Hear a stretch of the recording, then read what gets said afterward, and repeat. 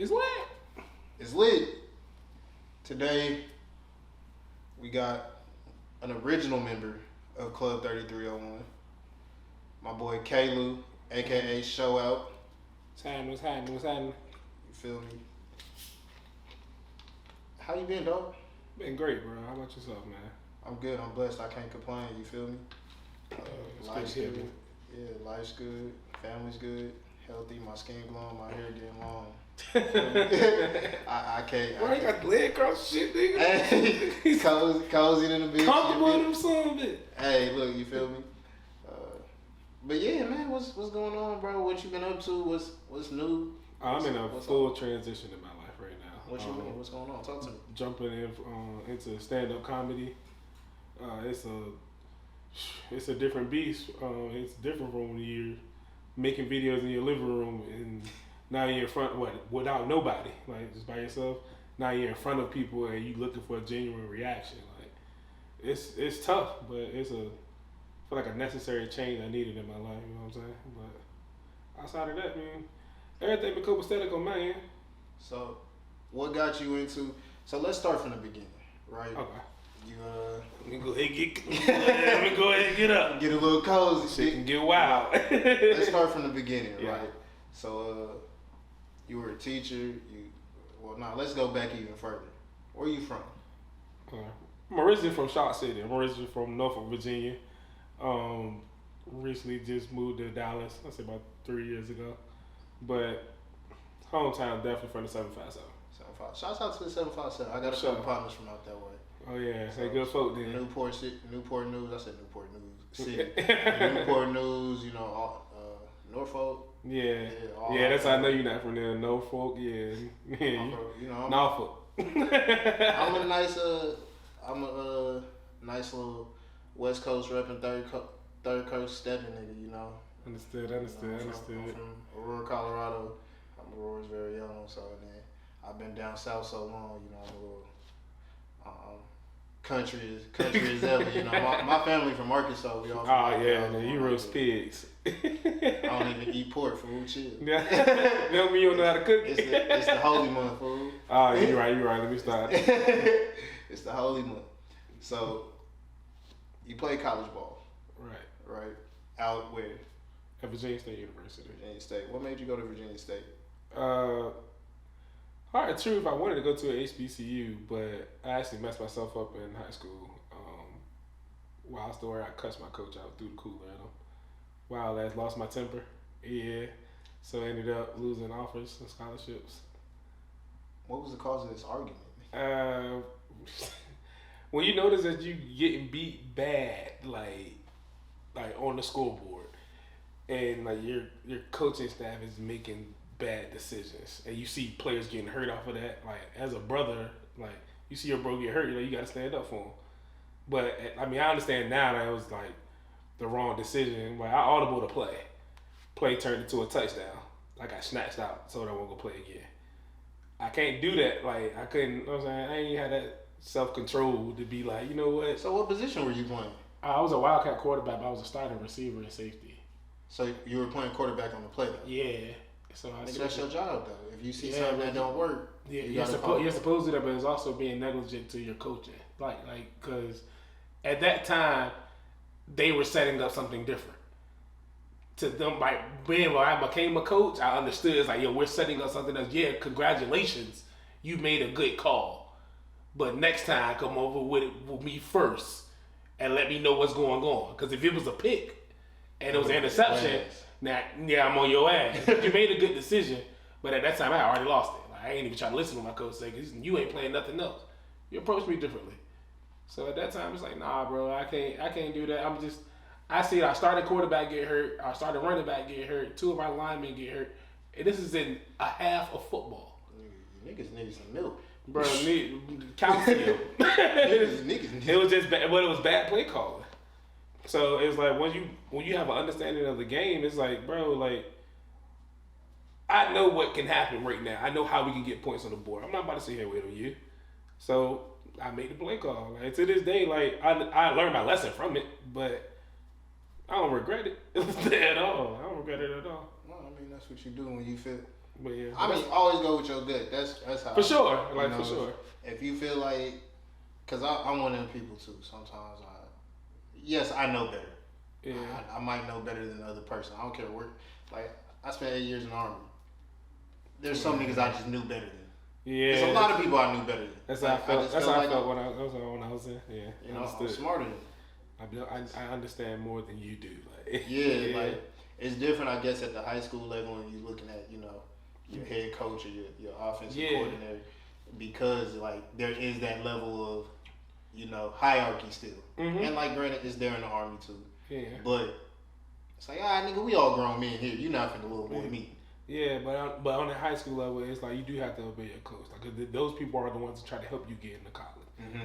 Now, granted, the reason I had an attitude earlier because of something that happened prior that week, but that like caused my recruiting to like take a little stagger. You know what I'm saying, because of what my coach did. But outside of that, like I still should have been able to control my own temper. But I'm a kid. Like you live and you learn. But end of the day, it's what it is.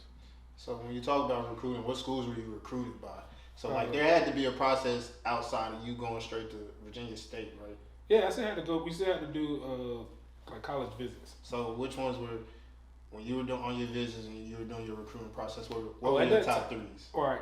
My top three. Yeah, your top three. Right. Well, I think I told you this before. Like out of my top three, UNC was my number one.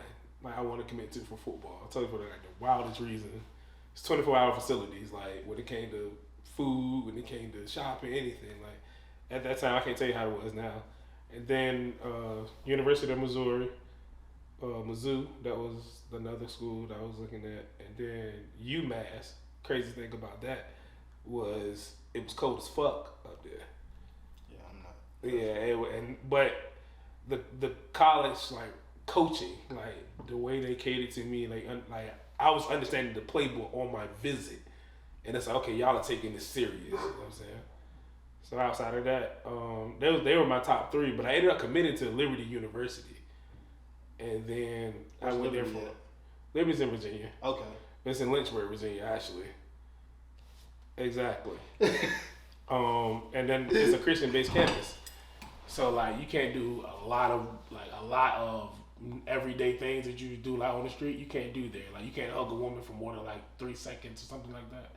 There's a lot of different rules, but I decommitted from the school because you couldn't hug a woman for more than 3 seconds. No, that wasn't the reason. I found that out after the incident. The incident was I was walking from my dorm to the locker room, and I didn't have a shirt on. It's hot. It's the middle of the summer. We got summer workouts. It get hot in Massachusetts? Huh? No, I said in Virginia, bro. Oh, I thought you said UMass. Oh. No, Liberty. Yeah. Okay. Yeah, Liberty. My bad. I missed that. Yeah. No problem. I decommitted from there because of this incident. And like the campus security pulled me over, like, and let me know, like, you can't have a shirt. You need to put, like, I'm like, yo, it's 100 degrees out here. Like, I'm going right, like, you can see I got my shorts on. Like, you can see I'm going there. Like, we're all walking. And he broke some of the rules down to me. I was like, oh, okay. I walked right into the coach's office. Like, I ain't even getting to go to the locker room. I walked past the locker room to the coach's office. Like, hey man, I don't know if I'm gonna be able to be here. Like, I don't know. I was like, bro, I don't even get to be comfortable. I'm just walking. Like, and they just stopped me. I was like, I don't know if it's on racial profiling, but I don't like that. Like, I don't like that at all. I don't like that at all. So I ended up decommitting there, and then I wanted to go to Norfolk State because it was at home. And I was like, it's Division I. My homeboy Keenan Lambert was there. We had went to high school together. He was a safety.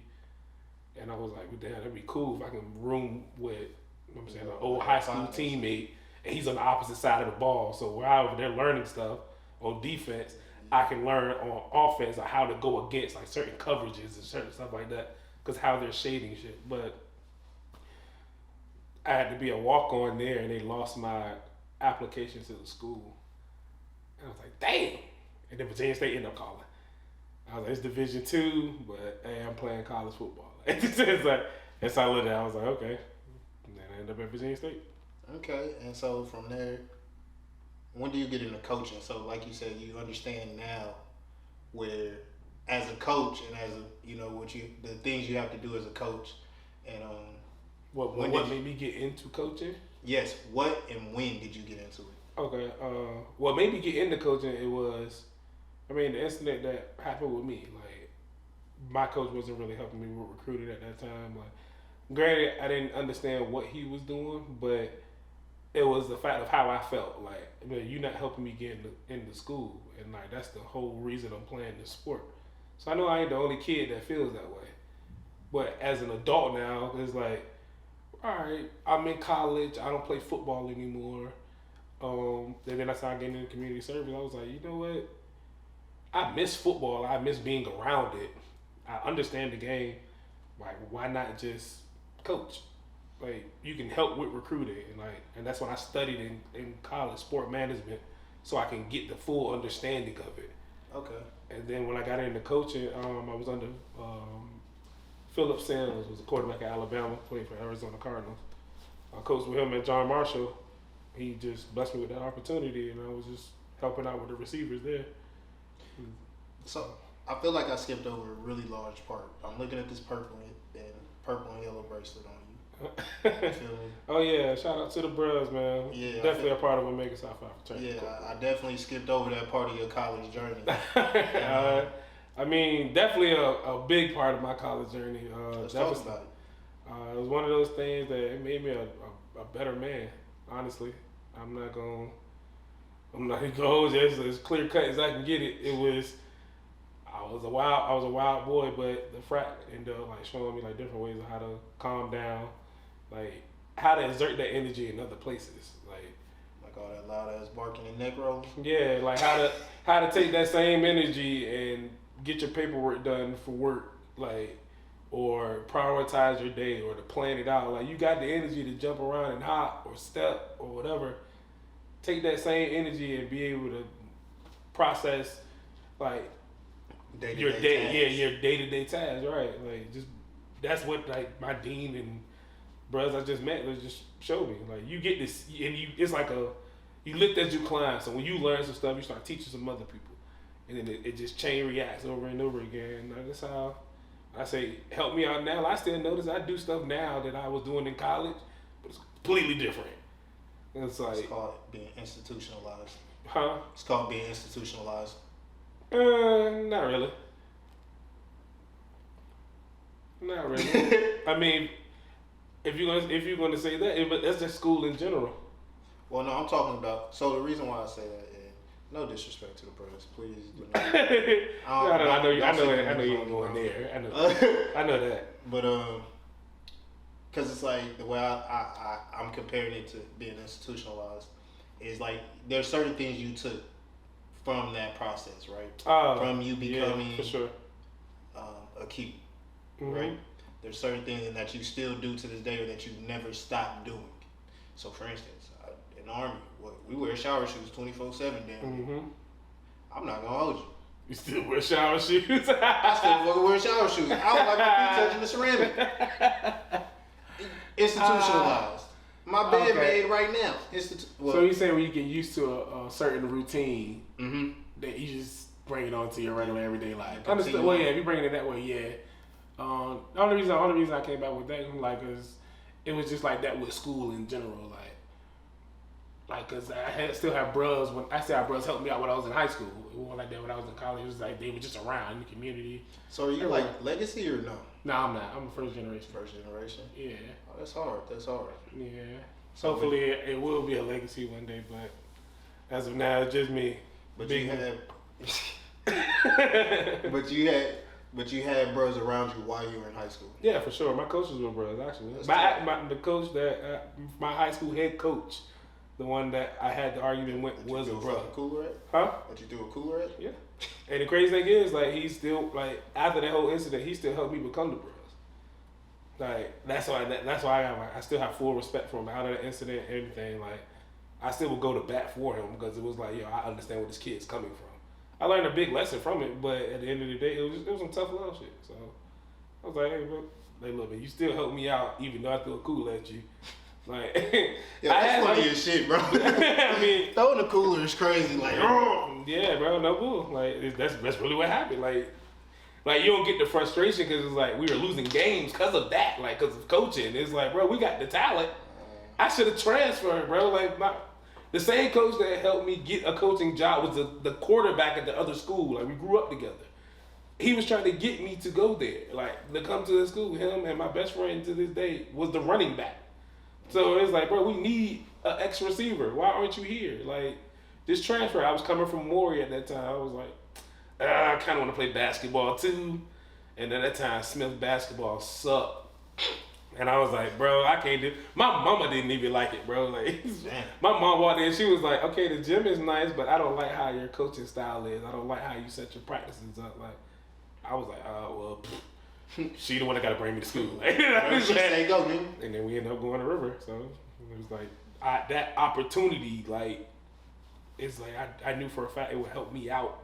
Like later on, I'm like, damn, this nigga helped me out and I threw a cooler at him, bro. Like, y'all some different men. Like, y'all are different men. Like, if somebody throw a cooler at me, I'm not giving you a dime. And I don't give a fuck how long later on is in life. So, is that a part of the reason why you ended up becoming a Q? It was a part of the. I didn't say a big reason. I'm just saying a part. It was part of the reason. It was definitely part of the reason. Okay. It was I didn't know that until after I'm already in the mix of it, and then like it took for my mentor and coach to be like, hey, your football coach. My mentor is my basketball coach, but he was like, hey, your football coach. He gave a good healthy amount.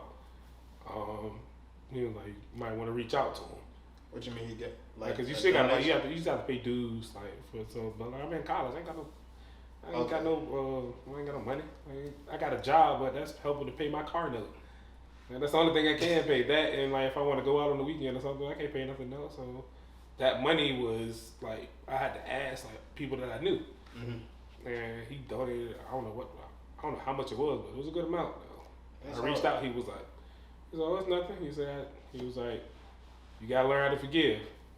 He was like, "You came into you came into a light of something that changed my life. Maybe it'll change yours." That's tough, because learning how to forgive is a hard thing. Boy, you ain't never lied. I'm terrible at it. I try my best. I really do.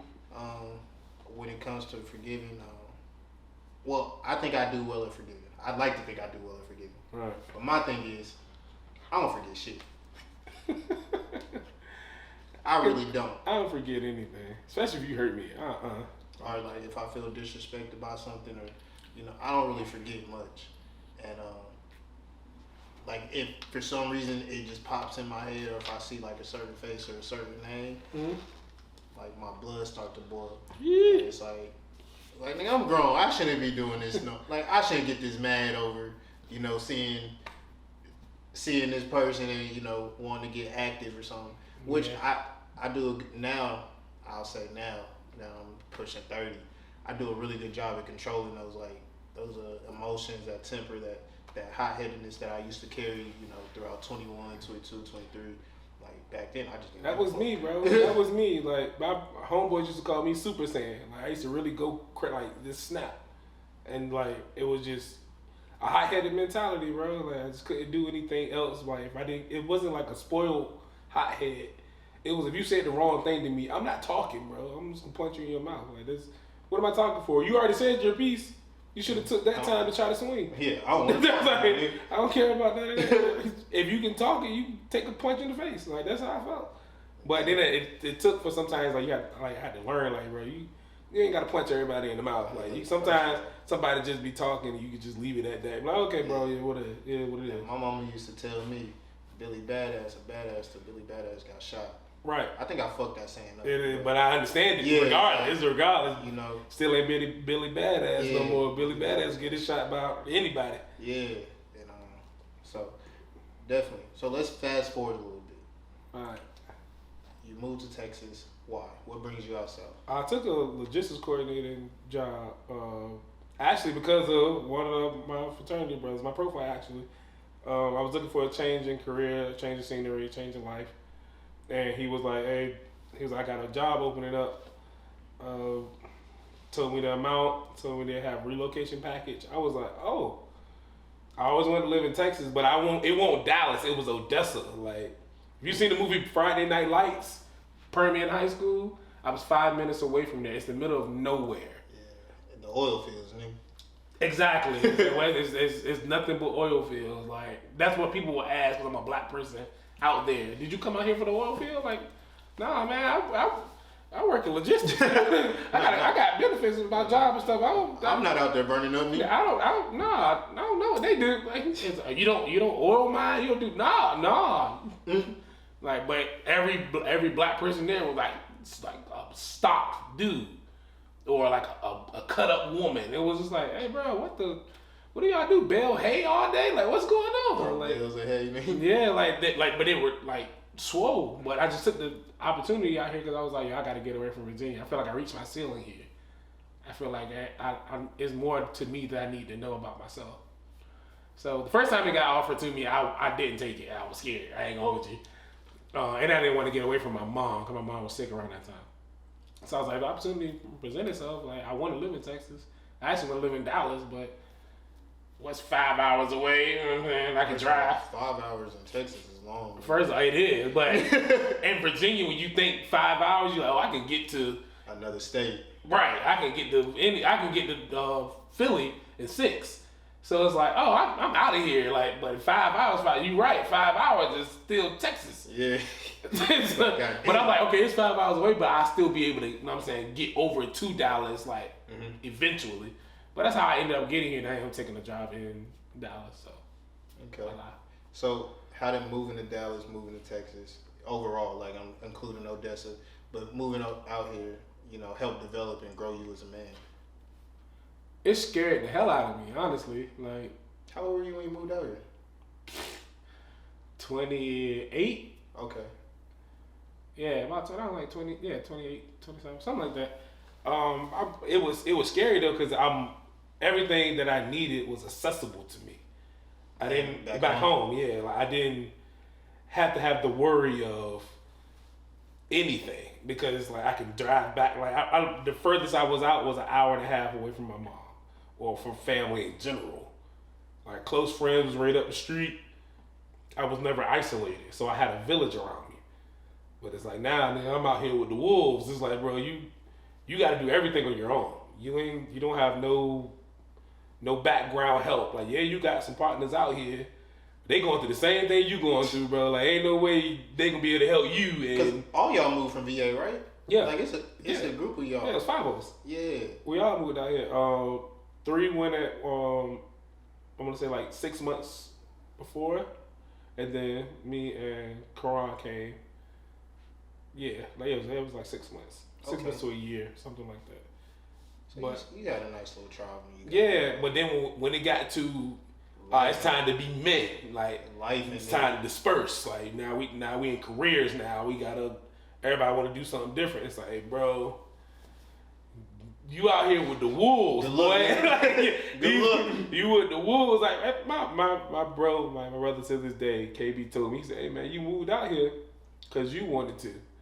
He was like, it ain't, we ain't force you. We said we might have told you how we live, and we never told you how you was gonna live. You out here, you on your own. He said, I love you, but if I can help you, I'll help you. But if I can't, you gonna drown. Like he was like, unless you learn how to swim. Like swim lifestyle. Straight. He was like straight like that. Like we literally lived across the street from each other. But like everybody lived, like when I say a village, like everybody lived in like a little cul-de-sac in the apartments. Mm-hmm. We could walk. Like we didn't get touched by the rain. Like that's how close we were. Okay. Like and that's all of us together now. Pro fights are out there. They already knew the area. Like they had connections everywhere. But when I get out there, I can't even get an apartment because my credit bad. So they like, hey bro, I got somebody living with me. Like it's like you better find somewhere to live. Like this is they gave me the trip out there, like right before I could take the job so I could see the area. So I'm sitting there trying to apply for a career. So they giving me like all the information and stuff just to get an apartment in that area.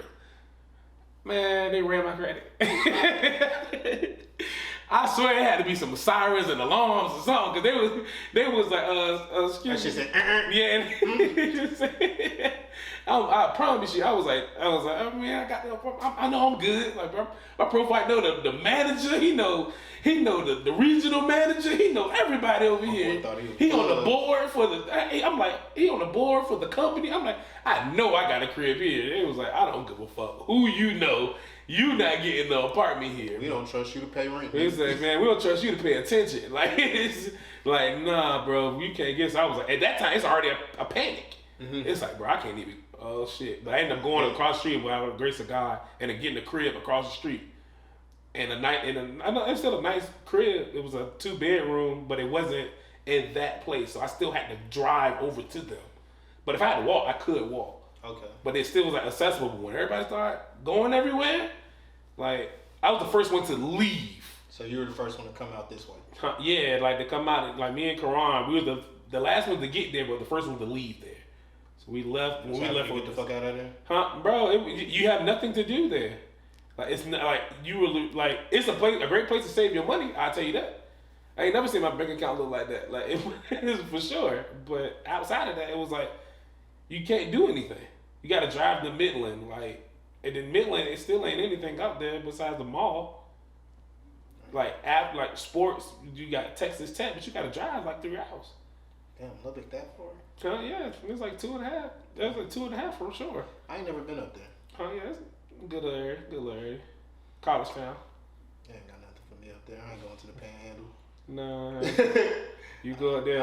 Only thing you can do up there is college, like oriented shit.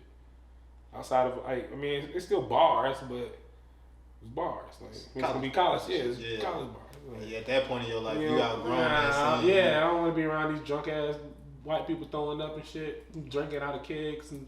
Damn, that was like that. Yeah, for sure. Oh, let's not get it twisted. It was definitely a good environment to be when you're in that environment. Yeah. But outside of that, no. When you older than that, no. No. So when you get out here, right? When do you start making the videos? When do you start? Because you're already working. You got the logistics job out here. Oh, you mean like the content? Actually, I did the content in Virginia. So you have been doing content? Yeah, I started content during right before the pandemic. So what made you get into content creation to begin with? Because the pandemic hadn't happened yet. So yeah, before that, I had a YouTube channel with my homegirl Shay. It was the Melanin Made Show. We promoted and introduced black-owned businesses and entrepreneurs worldwide. So we would just post, like we would go out to like different venues or different events and just interview black-owned businesses just to give them just free promotion. So it took for a time. It was like hard for us to gain followers and stuff like that because it was just us. Like we was doing all the legwork, but we still had everyday life stuff to do. Like we were recently out of college, like trying to figure ourselves out. But that was just a way. She was great behind the camera, and I was great in front of the camera. But I brought her in front of the camera. So it was like it was just a lot. It was just a lot to do. But I was like, man, what is something that I can do to bring followers to the page? And my homeboy Tyreek was just like, hey, bro, help me with this TikTok video one day, bro. We're at work, first off. We're at work, and he's like, let's help me with this video. So he introduced me into it. I was like, oh, that's kind of fun. It took us maybe an hour to do. On the clock, still in time. I worked there the most. I can sit it down. But so I was like, that's what niggas do, bro. Niggas love to steal time on the clock. I hardly work, and I work hard, bro. Facts. Just love to steal time on the clock. Yeah, bro. It ain't really stealing. It won't tangible. I'll be stealing time on the clock. But yeah. So when he gave me that, he gave me the phone like to look at it. It'd be like just to see what the app was. I didn't even know what TikTok was at that time. Like, I seen it, but I wasn't really paying attention to it. I was so worried about our YouTube channel. And I was like, let me start doing these little videos. And I was like, this is just boring. I have nothing else to do. Like, it's the off season from coaching. I was like, I had just picked up another job. I was like, I have a lot of free time. You can't go outside, so I have a lot of free time just chilling in the crib. I didn't have a dog at the time, so it was just me and walls in the house. Like, that was it. So I started making videos, and I didn't understand that it was circulating like so much. Like the videos just were like popping up here and there, and like people was like, bro, you posted this video? I was just doing all black hood videos. I would just remake the scene. And like that's all I kept doing over and over again. I didn't know that people were sharing it and stuff like that. Like I felt like an old person at the time when it came to social media. I still feel like an old person when it comes to social media. And I was like, bro, like, I was like, oh, I'm just doing it like to help bring like followers to the page for our YouTube channel. Like once I get to like a certain amount, I'm gonna change my page to our social media page for our YouTube channel, and then I'll start my own page again. Like it's just a regular page at this time. And then so I was like doing, but Shay was like, no, I'm not gonna allow you to do that. Your page is growing fast. I'm not paying attention to these numbers, but she's paying attention to it. And I'm like, oh, is that a good thing? Like, is it cool? She's like, yeah, like, no, you need to keep that going. That's how I started getting into it. I was like, oh, this is cool. Like, I get that it's stress free. Nobody can tell me what to do. I can act how I want to act. No, if I want to be belligerent, if I want to be silly, if I want to be goofy, I can put all that shit in this video. And just that's how I got into it. I just started doing it over and over again. So how did you get comfortable with it though? Like, just never got being comfortable on with screen. it. So you never got comfortable with it, even still to this day? Nah, because it's never the same thing. Like, I'm comfortable with being me in front of the camera, but as far as getting to a character, it ain't gonna be comfortable until I'm actually understanding who that character is. Like, if when I'm making the character up, it's easy because that character is just how I would act in that situation or in that circumstance.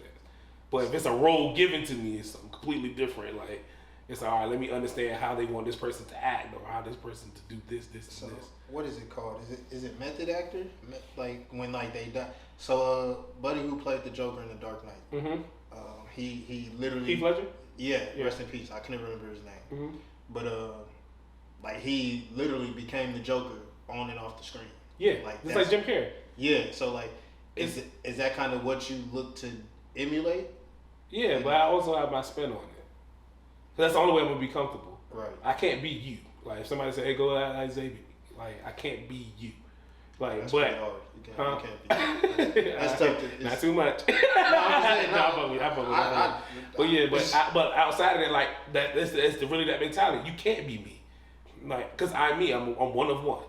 But I have to be you in front of the camera, and that's it. Like, but I have to have a spin on it so I can be comfortable. Like, I know, like, all right, this is how he dressed, this is how he act. Okay, cool. He'll say this instead of saying that. Like, yeah, let me say this instead of that. Like, I have to really get into that character. Study. Once I get my spin on it, it's like, oh yeah, I'm comfortable now. Like, I'm Zay. Like, nigga, fuck is up. Fuck is up. Fuck is up a shit show. You know what I mean? Like, nah, you ain't have to do me like that. You ain't have to do me like that. Like, but that's the way when it's comfortable though. But outside of that, I'm never like comfortable like from the jump. Like that shit really takes studying. So you do the content, you start making the videos. At what point do you decide to get into comedy? Whew. You mean comedy as a whole? Because like the videos, like stand-up comedy. Oh, stand-up. Yeah. So for those of you that don't know, and I didn't introduce it correctly, but K-Lou is also a stand-up comedian. Yeah. You know. Definitely. So yeah, what scratch that. Who inspired you to get into comedy? My friend group. Comedy?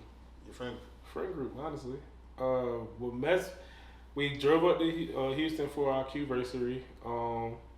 Chilling, just having a good, huh? Yeah, I know, bro. It's like a family thing, bro. It's meet up with people. I was just saying the name, Q-versary. Yeah, Q-versary. Yeah, it's tough. I know, but we just pulled up, like, we just sitting there, like, we drove, like, I want to say, like, we left, like, 5 a.m. Got there by, like, 9. But around that time, we just chilling, mingling. It was a Friday, like, Friday morning. We ain't doing too much. But we having a big boy conversation. Like, bro, like, we are talking about, like, how we are as people, like, as men. Like, how we're dissecting each person. And it's like, I'm half asleep because I drove, but it's like I can hear these things being said. Like, bro, like they're when I say breaking themselves down, like one of my homies was like, bro, I'm just a shallow individual. That's why I can't be loved. I'm like, whoa, hold on. Damn, like, it's a deep combo. And then it was like, yeah, we got a lot of things to work on. So not to interrupt, but I feel like that's really important. Like that you have a group of homies that you can break down like that. Yeah. You know, and that self-respect, that introspective. That was that even a word? I don't know, but that shit sounded like just having that, you know, that I don't know why I'm drawing a blank on a word I use all the fucking time, but having that, you know, that breakdown, even having homies that can tell you about yourself or that you know, like, yeah, I'm a shallow nigga. Yeah, like them talking was different. Like to hear them talk like that because we don't normally talk like that. But I think it only happens once you get to a certain age. For sure, because John's older than us. Like my brother John, he's 2 years older than us, right? So the things that John accomplished in his life, he will always like to see us do. And like John's like debt free, like own a house, like living his best life. Like, but John's mindset is different. And like he was trying to help us out with like different things, but at the end of the day, he still was saying where he's still flawed at, which was like it was a bit more convo. My best friend was there and all that, so we was like we all are like just talking. I'm just sitting there just intaking all this, not saying a word, and I'm like, yeah, bro, you over 30. What legacy did you leave behind? Like, and this is you yourself. Yeah, like I had to have I had to get up and like go look at myself in the mirror, like. Damn, bro. Like, in 10 years you'll be 40. What's left? What you got? 10 years, hopefully. Huh? Like, but like, what you gonna say? Like within that 10 years? Yeah. Like, what are you gonna do? Are you gonna say, "Oh, I wish I did this," or "I thought I could do this," or blah blah blah? Just to go do it. Like, nothing to it but to do it. And I just sat there. I was like, I literally make people laugh in my living room. It's two different things from like being able to make people laugh in front of them versus like getting a virtual emoji just posted up there or people just reposting you and giving their natural, genuine feedback. So I was like, you could just be posting it just to post. It ain't nothing but 2 clicks. You feel me? If I'm in front of you, now I literally got to work to make you laugh. Like it's a different feeling. So I was like, I'm gonna do stand-up comedy. Like it's another push. I feel like I reached my ceiling over here. Like I can make people laugh there, but I can really showcase a lot of talent on the stage because I have a lot of talent. Why not just get on stage to do it? I ain't gotta do too much. I'm really just sitting here talking, but it's a craft to it. So now I'm in school again. It's like now I get to sit here and figure out me in another perspective of life. Oh, another life. Yeah, it's like now I rock with it. It was like. That was a spark though. It was like I came back into the living room. I'm sitting down. And I'm like, I'm in the convo now. Like I'm in the convo. Like, hey, bro, yeah, this is what I got to work on. Like I know for a fact. Like I do. Boom, boom, boom, boom. And my folks looking at me like, hey, you good, Lou? Like you straight? I'm like, man, pull up. Let's take a shot, bro. It's a spark. Like it's a spark. Like I felt new at that time. Like I feel like brand new. Like I have a whole new mindset. I was like, so I ain't tell nobody that whole weekend, like at all. The first person I told was my brother KB. I was like, bro, we was at the gym. I'll never get this. I was like, I'm gonna do stand-up comedy. He said, you get on that stage, I'm gonna boo you. The first thing he said, he didn't say, bro, where the thought come from? Like, what made you think about it? Like, where did this feeling come? Bro, you get on the stage, I'm gonna boo you. That was the first thing he said. I said, damn. He was like, I don't know where you came up with that idea. He was like, you ain't putting no effort into that. You get on stage, I'm gonna boo you. And then crazy things is, I said like 2 nights later, like I ended up getting an invitation to go to see one of my homeboys perform. Cause I think about getting back into it. And I told KB, I was like, bro, if I get the chance, I'm getting on stage. He said, you get up there, I'll boo you. Like from jump. I was like, I mean, okay. If I make you laugh, then what? He said, then I laugh. I was like, but it's if God put me on stage, like, you know. Yeah. Now at this time, I'm putting it in God's hands. Like that was just my excuse, but yeah, I ended up getting on stage that night. I ended up starting on accident. God got a plan like that. Bro, we went there to go support. They had another slot open, and E looked over and was like, hey, bro, you say you want to do it. Like, come on. You got talking that shit. You got, here you go. I'm like, nah, I ain't going to do it. Like, because at that time, I got cold feet. It was like, Nah, I ain't about to do it. It is what it is. Like, y'all got it. It's y'all show. So I'm sitting there. I'm eating chicken wings and drinking. I'm having fun. Like I'm watching other people. And he was like, "Hey man, this is what messed me up." And when they go, so we got a new comedian coming to the stage, popping this cherry in the comedy game. And I'm talking about grubbing, nigga. I'm getting busy on these wings, like getting real crazy. And then, so he's just chilling, and like KB's just sitting there, and he was like, "Yeah, but I don't think he really know that he about to get on stage right now." And I'm like, I look up, like, hold on, like I know he ain't about to do what I think he about to do. So I'm like, oh. No, they ain't just set me up. So E turned around and started, but I'm talking about the biggest smile on his face. I'm like, oh no, KB like he put two and two together at that same time. We like, bro, I'm looking at him like, bro, what? I'm like, oh, I know this ain't about to happen. Like I'm talking about, I'm like, oh, and it wasn't even a lot of people. It was maybe 10 people there. I lie to you not, it's 10 people, but it's the fact that it's actually like that. Once you, if you grab that microphone on this stage, well, in this bar, because it wasn't over the stage, it was like a dip into a bar, like a lower platform. I was like, once you grab the microphone and go in front of these people, you started like from jump. And I was like, as I'm talking to myself, my heart is like slowly going down.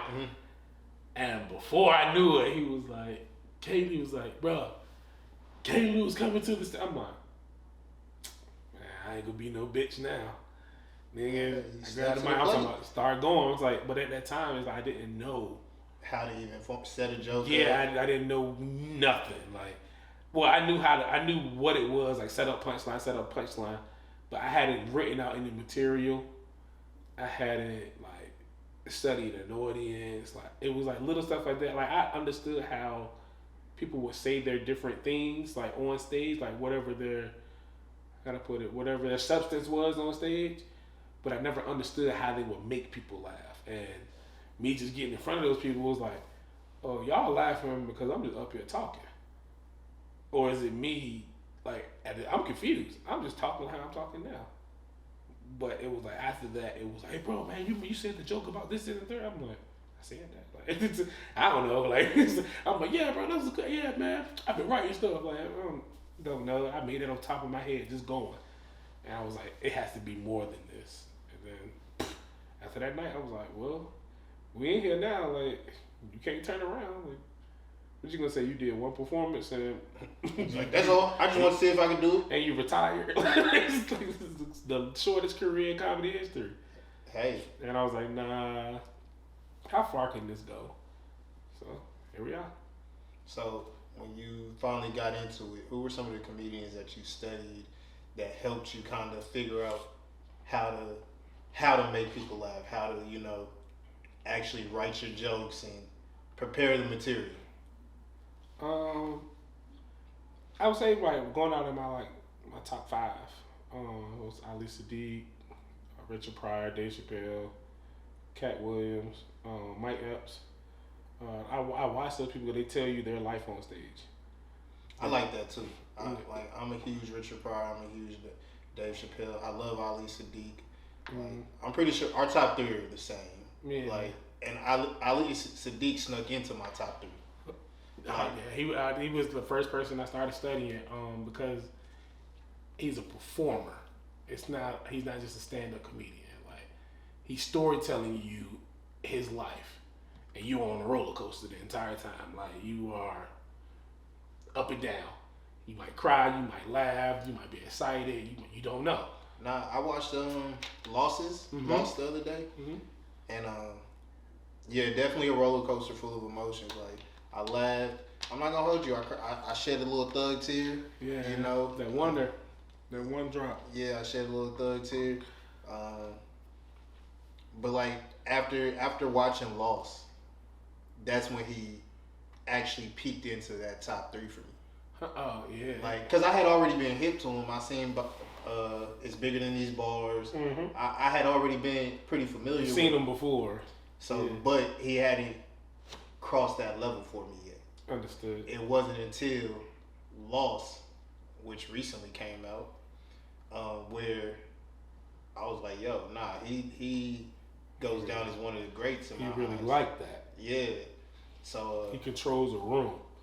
Like, he don't need no crowd help. He don't need to ask you a question.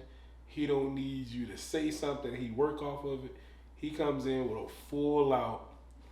I'm gonna tell y'all this story, and you gonna be interested. You like no matter what. It don't matter what, and he reverts back to stuff over and over again. Yeah, you're not gonna miss a clue. I think one of my favorite jokes that like snuck him in there was Mexican got on boots. Yeah, that shit was funny. He has a lot like when he's like displaying like this type of comedy on stage. Like I don't think it's just regular stand up comedy. Stand up, you just set up punchline. I'm just telling you jokes. I don't care if there's a storyline behind it. I'm just telling you jokes just to get you to laugh. Give you my laughs per minute. He ain't. Like, he really uses it as a therapy session. Like that's why I started. That's really another thing that made me get into it. Was like I can't afford no therapy session. Like I can't afford that at all. But I can go up here and tell a bunch of people my business. Y'all can go tell people anyway, just like therapists do, violating everything in HIPAA. And it was like I could do the same thing. Like I can just get on stage, but I want to be like that. Like, I love Dave Chappelle. Yeah, I love Richard Pryor, but I want to be like that. Like Ali Sadiq is different. Like I think so too. I think him and Richard Pryor are different. Like for sure. Think they're as much as I love Dave Chappelle. I think Ali Sadiq and Richard Pryor are in a category of their own. Yeah. To me, I think they're both in two different categories. That's just to me. Really? Yeah, and the reason being, and this is just my humble opinion, Richard Pryor catered to an audience no matter what. Yeah. Like it don't matter what. It's a full show. This is a concert. It's a concert. And everything was a concert. Yeah, when it came to Richard Pryor. It's a concert. Like that's how they looked at shows. Elisa Deep is when I say a full out performer on stage, like he is a character, and that character is him. It ain't I'm putting on some glitz and glamour. I don't need no band behind me. I don't need none of this. Neither does Richard Pryor. Not saying that he does. Yeah, I don't think he does. Nah, I've never seen like. Yeah, like. But when I say like his is a whole concert, like he had was it Live on Sunset? Yep. When who was on it? Patti LaBelle. Mm-hmm. If I'm wrong, fact check me. But I'm saying like show. It's a concert. A full concert. Yeah. And that's what I'm saying. Like that's why I see them in two different lights, because that's what he does. Like that's Richard Pryor. He give you a full night of fun. Elisa D gonna give you this hour of struggle. Like I mean, you going up and down this entire time. This roller coaster is completely different. Like I'm sitting here, I'm telling you jokes this entire time. When you go home, you can relate to what I'm saying, and you can have some differences of what I'm saying, but we still gonna laugh. You ain't gonna talk about Patti LaBelle. You ain't about to talk. You gonna talk about Elisa D when you leave here. There ain't gonna be nothing else. Like that's why I see them as two different, but they're both greats. Yeah, no, they're both greats. I'm not taking nothing from either way. I just see them in two different categories. This is me. Yeah, I think the only reason why I said I see them in like a category of their own is because even when I look at like Richard Pryor, and one of my favorite jokes is when he lit himself on fire freebasing. For sure.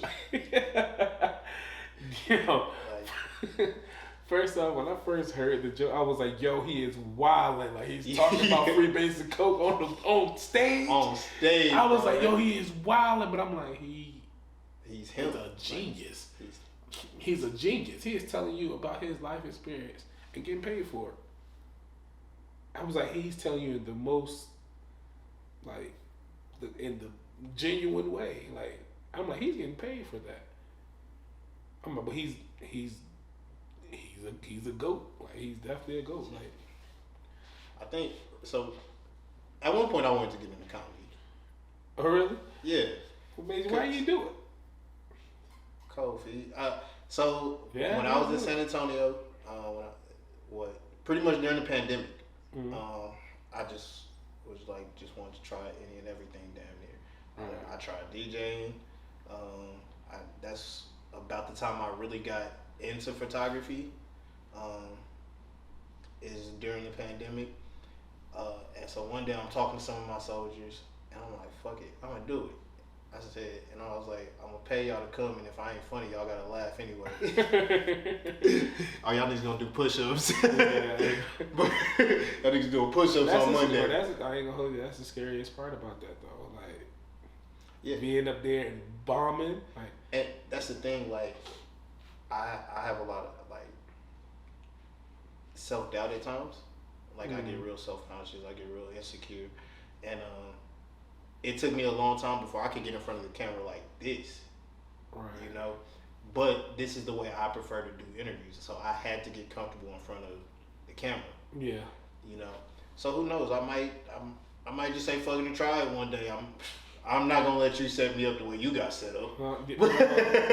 Yeah, I honestly wouldn't do that to nobody, like, bro. I think I can wing it, but I'm not gonna let you do me like that. Yeah, but at that time it was just like. That's how my story, like, that's my story. Like, it ain't gotta be, I wouldn't do that to nobody. Like, honestly, because I knew how my body was just, I say roller coaster, I was like, oh God. I was like, I'm gonna do it, I'm not gonna do it, I'm gonna do it, I can't do it, I'm a bitch. Like, I don't know. It was so many thoughts at one time, I was like, I don't want nobody ever get that again. How would you deal with because what that feeling was anxiety? Hell yeah. How did you deal with that? Like, even now, because I'm pretty sure you still get a little anxiety ain't no before bitch. you go out. My bad. No, I'm a bitch. I understood. That's how. No, but that's how I took it. Though it's like, bro, like your favorite comedian got booed. Who are you? You and been doing this for a few months. If you get booed, so what? You have the personality that you will boo another person. But even if you're just joking or playing around, you'll boo. But it's just a word, bro. Two letters. And I'm not three, but no, but just two different letters. Oh, okay, my bad. Like you're right. What's gonna happen? The boo, get off the stage. You're gonna say something bad just because of who you are. You got the crowd, and like it can happen that way. You don't know, but are you gonna be scared to get the fuck up there and worry about what you don't know, or are you gonna sit off at the stage and be like, dang, I wonder if. That's why I get on stage like that every day. Yeah, and everything has a learning curve for sure. Yeah, for sure. You know, like when I way first started doing interviews, like in 2015, 2016, like everything has a learning curve. For sure. You know, so you got to figure it out as you go. Be dedicated to it. Just dedicate yourself to that craft. And I don't know. Who knows? Like I said, I may get out there one day. I may get over my anxiety of being on stage in front of a group of people and trying my hand. But also, I feel like I got too much going on. Understood. Like, I feel like between podcasting, between photography, between, just running the brain, things of that nature. But, who knows? Life comes at you. Life has a funny way of showing you, definitely what you can and can't do. It definitely does. And I'm one of those people.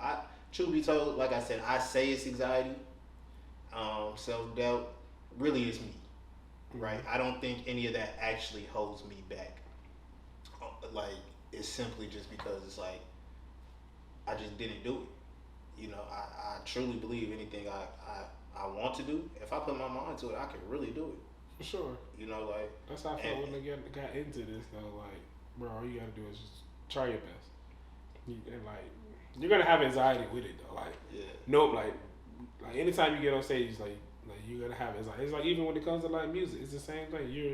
You don't want to mess up, but Murphy's Law, what can't go wrong will go wrong. It's like once you got that understanding of like, yo, something can go wrong, but show must go on. It's like that's how you gotta be. Like, anytime I get on stage, do I have a set? Yes. I know what I'm going on stage to say. But is it gonna happen that exact way every time? No. Not at all. Nah. Something might happen. The DJ might mess up the music if they got a DJ. If they got a DJ, like somebody might yell out in the crowd out of nowhere. Like you never know what can happen. Stage light might go out. Something might fall from the ceiling. Like let alone let you be in a bar and you got drunk people everywhere. Like you never know what's gonna go on. Yeah. That I just look at it as if I'm not scared to wake up every day, why am I scared to get on stage? Like, you wake up every day not knowing what's going to happen, where you're going to end up, how you going to feel. When you get on stage, it's the same way. You never know how you're going to feel, what's going to happen. You don't know what these other people going to do. Well, then you can control it yourself. So if I get up there and I'm like, I'm working on my set, and if I don't win the room, it's okay, it's just a learning mechanism. Like, all right, I didn't win the room, now I can go back and study this film and be like, okay, why I ain't win this room? What could I have done better? Who could I have catered to? Or what could I have said? Or what joke could I have switched out? It's coaching again. Right. But I'm the coach and the player. Yep. I'm the coach and the player at the same time. But I still got other people to help out. Right. So we were at the Lewis Bell show, right? Right. And shout out to Lou. Yeah, shouts out to him. That's a real player. And Precious. Precious is my dog. I love Precious. She funny. D Smooth, definitely got shout out D Smooth. He's actually somebody who gave me advice before on stage. Like, he's the one that told me that, bro, it ain't gonna go the way you thought. He's like, my head was stuck in the book. Like, bro, I gotta say it like this. Okay, make sure I do like that. He said, hey, bro, and before I tell you what I said, can I have a shot? I was like, yeah, cause I had a bottle and everything. I was like, yeah, go ahead. He said, hey, as I'm pouring this, you might as well put that book down, bro. It ain't gonna go no way like that. He was like, it's not.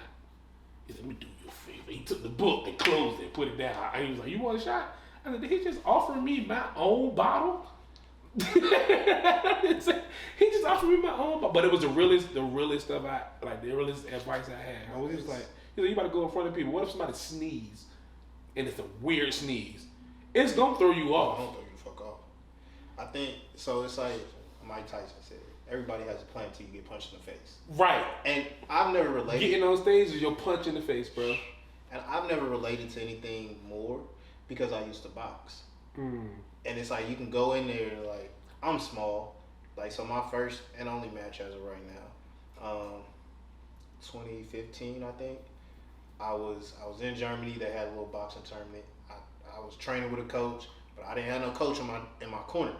Like, I literally just got up there and did.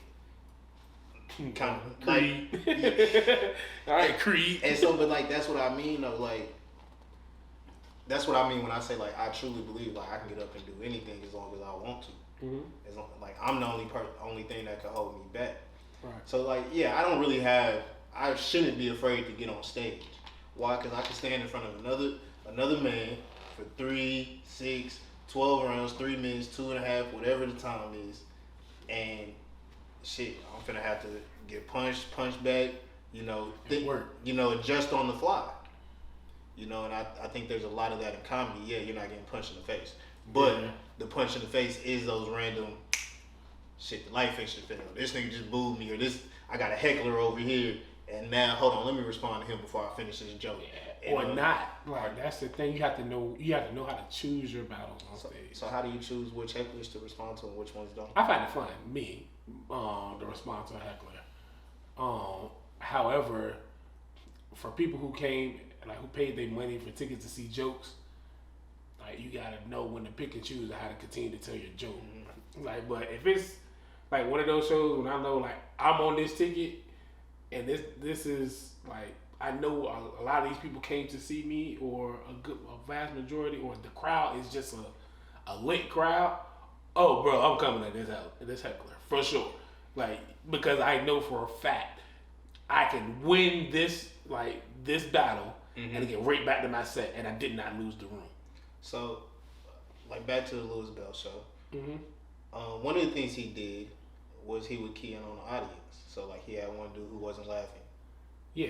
Just sitting there. We all seen him. He was with his neighbor. With his neighbor. With the neighbor. Yeah. You piping her. He was hitting that. Yeah, you piping her. Five show.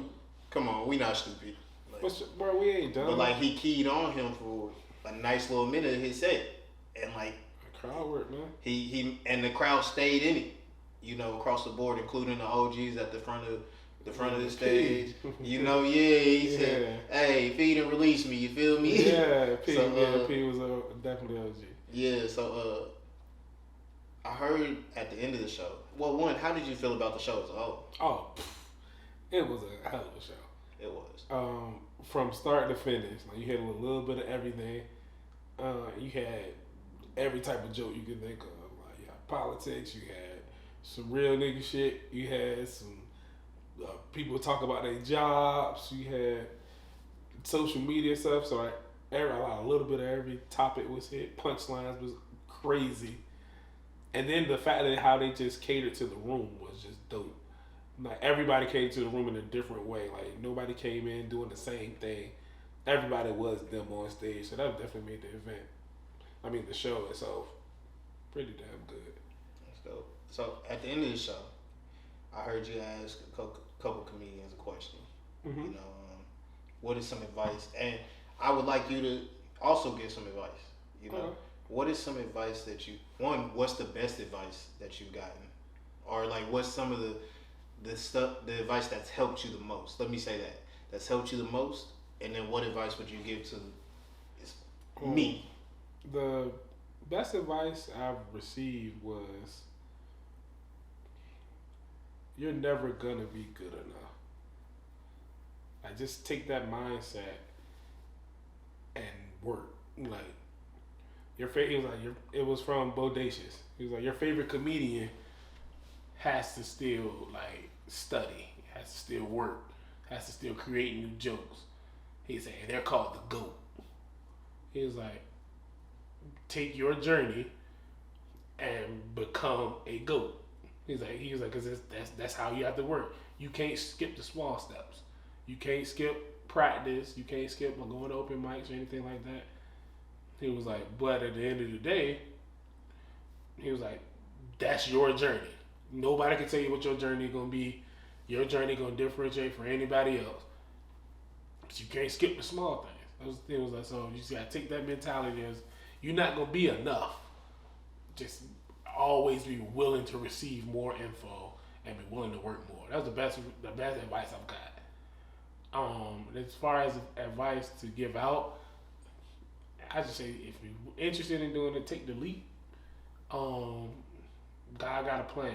No matter if it's for you to succeed or fail, it's a plan.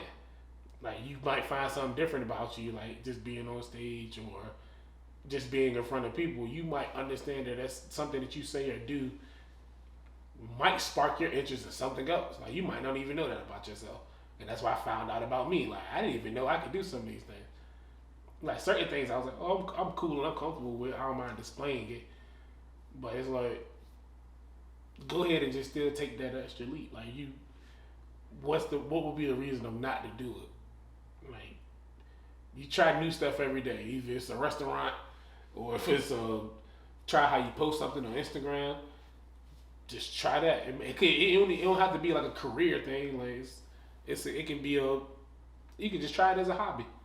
Cause it's your journey. That's how I look at it. So that's be the best advice I can give anybody. Well, yeah, man. Well, that's all I got for you today, bro. Like, I appreciate you for coming through once again. I'm your host. I failed to introduce myself again. I'm it's your show, though. It's your show.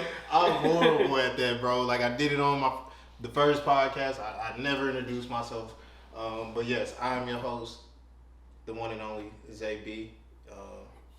For shit show, yeah, the one and only, you feel me? Shit show. And I got my boy K-Lou, aka Show Out, to come through and talk to us and give us some knowledge about the comedy game, about his journey, and where it's been, where it's at now, and where it's gonna continue to go. Hopefully in a couple months, in a year, you never know where you're gonna be at in a year. Sure. Right.